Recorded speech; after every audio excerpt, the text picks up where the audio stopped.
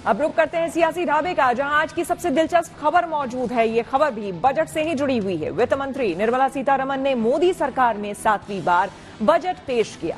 प्रधानमंत्री मोदी ने बजट को समृद्धि लाने वाला बताया तो विपक्ष से कुर्सी बचाने वाला बजट बता रहा है। विपक्ष आरोप लगा रहा है कि चूंकि नीतीश कुमार की जेडीयू और चंद्रबाबू नायडू की टीडीपी के समर्थन पर ही मोदी सरकार टिकी हुई है, इसलिए बजट में दिल खोलकर दोनों राज्यों को सौगातें दी गई है। राहुल गांधी ने इसे कुर्सी बचाओ बजट कहा तो ममता बनर्जी ने कहा कि दूसरे राज्यों का हक भी केंद्र सरकार नहीं देती और ये राजनीतिक रूप से पक्षपाती बजट है।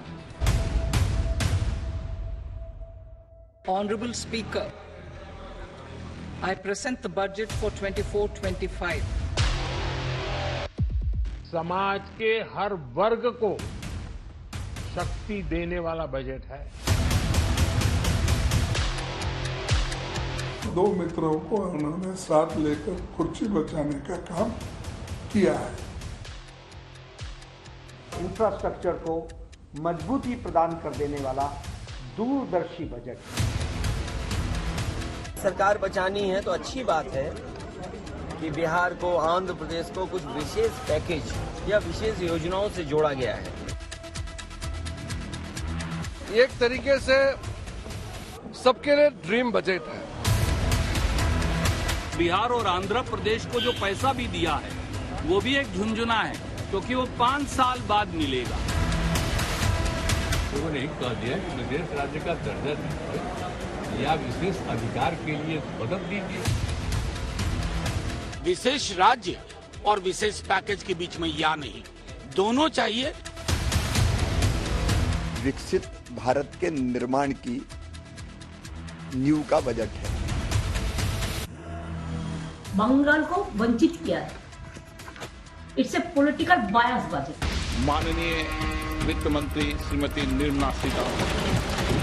वित्त मंत्री निर्मला सीतारमण ने मोदी 3.0 का पहला बजट पेश किया। जब वित्त मंत्री के बजट का पिटारा खुला तो हर वर्ग के लिए कुछ न कुछ जरूर निकला। युवाओं को रोजगार दिलाने की कवायद नजर आई तो किसानों और महिलाओं के लिए नई योजनाओं का ऐलान हुआ। 1 घंटे 23 मिनट के वित्त मंत्री के भाषण में शिक्षा, रोजगार, किसान, महिला और युवाओं पर पूरा फोकस रहा। बजट में शहरी आवास योजना के लिए 10 लाख करोड़, ग्रामीण विकास के लिए 2.66 लाख करोड़, महिला विकास के लिए 3 लाख करोड़, कृषि विकास के लिए 1.52 लाख करोड़ और रोजगार सृजन के लिए 2 लाख करोड़ दिए गए। अब इस बजट में सरकार ने एम्प्लॉयमेंट लिंक्ड इंसेंटिव स्कीम की घोषणा की है। इससे देश में करोड़ों करोड़ों नए रोजगार बनेंगे। इस योजना के तहत जीवन में पहली नौकरी पाने वाले युवा की पहली तनख्वाह हमारी सरकार देगी। स्किल डेवलपमेंट और उच्च शिक्षा के लिए मदद हो या फिर 1 करोड़ नौजवानों को इंटर्नशिप की योजना, इससे गांव के, गरीब के मेरे नौजवान साथी, मेरे बेटे बेटी देश की टॉप कंपनियों में काम करेंगे। करीब 80 मिनट के बजट भाषण में वित्त मंत्री ने जितने नाम बिहार और आंध्र प्रदेश के शहरों के गिन डाले उतने किसी और सूबे के नहीं। और जब तीसरी बार मोदी सरकार का बजट पेश करने की रवायत पूरी हुई तो सियासत भी शुरू हो गई। आरोप लगे कि अब की बार बजट में बीजेपी ने सहयोगी दलों के ऊपर फंड निसार कर दिया। लोकसभा में विपक्ष के नेता राहुल गांधी ने एक्स पर लिखा, सहयोगियों को खुश करना, अन्य राज्यों की कीमत पर उनसे खोखले वादे करना, मित्रों को खुश करना, एए को लाभ, लेकिन आम भारतीय को कोई राहत नहीं। कॉपी और पेस्ट, कांग्रेस घोषणा पत्र और पिछले बजट।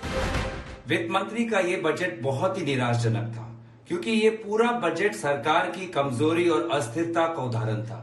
पूरा बजट मानो 2 प्रदेशों को और 2 विशेष राजनीतिक दल को तवज्जो दे रहा था, क्योंकि सरकार को कहीं ना कहीं अपनी कुर्सी बचानी है। तो सिर्फ कुर्सी बचाने के लिए ये पूरा बजट का सत्र बुलाया गया है। यहाँ पे मध्यम वर्ग, किसानों और बेरोजगार को ना कुछ मिला है। हाँ, वे उद्योगपति जो सरकार को, भाजपा को चंदा देते हैं, उनको नए नए तरीके मिले हैं कि कैसे वो अपना मुनाफा बढ़ा सके।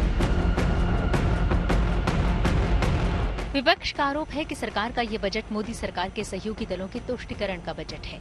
हालांकि पीएम मोदी से लेकर तमाम मंत्रियों और नेताओं का दावा है कि ये बजट भारत की तरक्की की उम्मीदों को पूरा करने की दिशा में बनाया गया बजट है, जिसकी बुनियाद में गरीब, युवा, अन्नदाता और नारी शक्ति हैं। मध्यम वर्ग को कुछ ले देकर अपने साथ रखे थे, शायद उनके ऊपर भी गुस्सा है। वो मध्यम वर्ग को, गरीबों को, अति पिछड़ों को सब पीछे डाल दिया है।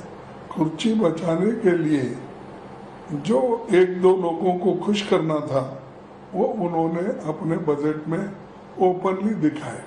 इस बजट में मातृशक्ति आगे बढ़ने की अमिट छाप है, तो कृषि विकास एवं किसानों की खुशहाली का आधार भी है।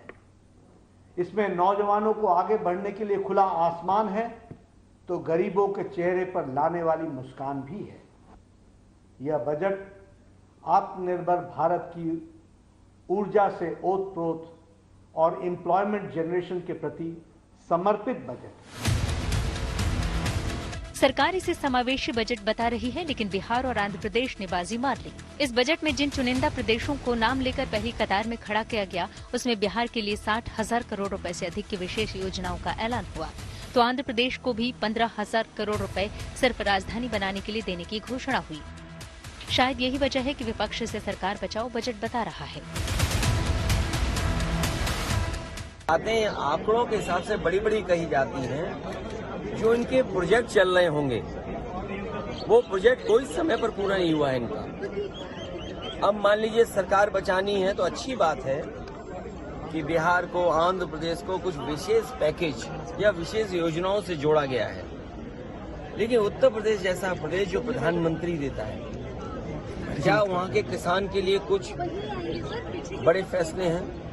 एक तरीके से सबके लिए ड्रीम बजट है, सब सेक्शन के लिए, और खास करके युवाओं के लिए और महिलाओं के लिए। इससे जो इंफ्रास्ट्रक्चर, रिकॉर्ड नंबर इंफ्रास्ट्रक्चर का जो एलोकेशन हुआ है, कैपिटल एक्सपेंडिचर का 11 लाख करोड़ से भी ज्यादा कैपिटल एक्सपेंडिचर, ये ऐतिहासिक है। उधर ममता बनर्जी इस बात से दुखी हैं कि पश्चिम बंगाल को कुछ नहीं मिला। हालांकि बजट में कुछ चीजें ऐसी हैं जिनकी तारीफ विपक्ष ने भी की है, जैसे एंजल टैक्स खत्म कर दिया गया है। काफी वक्त से स्टार्टअप्स इसकी मांग कर रहे थे। Bureau report, good news today.